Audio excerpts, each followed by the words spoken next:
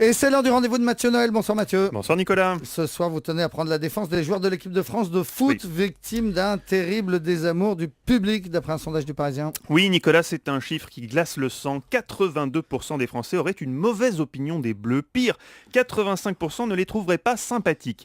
Des chiffres préoccupants qui nous ont poussé au CMSS, le comité de soutien aux milliardaires en short que je préside, à commander un contre-sondage. On a demandé cette fois non pas aux Français ce qu'ils pensaient des Bleus, mais aux Bleus ce qu'ils pensaient des Français.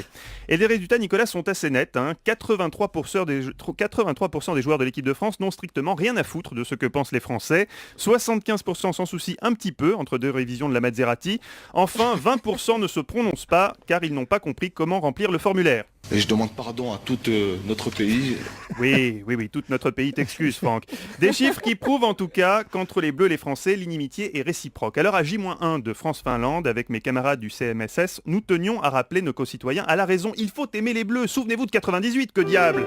Cette communion sur les Champs-Élysées, cette marée humaine black-blanc-bleu, hommes-femmes mélangés, collés les uns aux autres, unis dans la passion. C'était extraordinaire. Oui, Isabelle Millet n'a pas oublié. Elle n'a pas oublié. Alors tâchons de voir les bons côtés. Vendredi soir, les Bleus ont passé 6 buts à l'Australie. L'Australie, championne du monde plusieurs fois. Bon, de rugby, mais quand même. Vous connaissez l'adage. Les plus belles victoires, ce n'est pas contre un adversaire, mais contre soi-même qu'on les gagne. Ah, Oscar Wilde. Non, Olive, dans Olive et Tom, l'épisode 223. Alors, certes, les Australiens sont au football ce que Danny Briand est au jazz, mais est-ce une raison pour ne pas se réjouir de leur avoir mis une belle branlée ? Non. Non, bien sûr Nicolas, soyons patriotes comme Nicolas Poincaré. Et puis au CSMS, on tient à tordre le cou à ce cliché selon lequel les footballeurs professionnels seraient déconnectés du grand public. C'est faux. Vous savez, un garçon comme Karim Benzema n'a pas toujours été multimillionnaire. Il y a quelques années encore, il était seulement millionnaire. Il ne l'oublie pas. Eh oui, mais c'est important de le signaler. Quant aux reproches en désinvolture qu'il aurait souvent fait, là aussi c'est absurde. Les joueurs de l'équipe de France ne négligent jamais la préparation. Avant chaque grande rencontre, que ce soit avec le Brésil ou avec Zaya, c'est le même rituel millimétré. C'est toujours les mêmes gestes. D'abord la berloutie gauche, puis la berloutie droite. On resserre le bracelet en croco de la Patek Philippe, et puis une gorgée de ruinard millésimé. J'ai du mal à parler, toujours.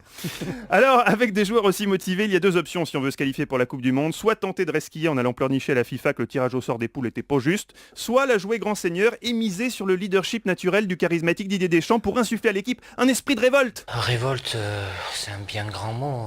Après, il y a des périodes plus ou moins... Oui, non, bon, d'accord. Agréable. Oui, d'accord Didier. Bon bah allez, tant pis, on va plutôt aller voir la FIFA, même si le recours a peu de chances d'aboutir, il a toujours plus de chances d'aboutir qu'une phrase de Didier. Oh les champions, on est tous ensemble, c'est le grand jeu.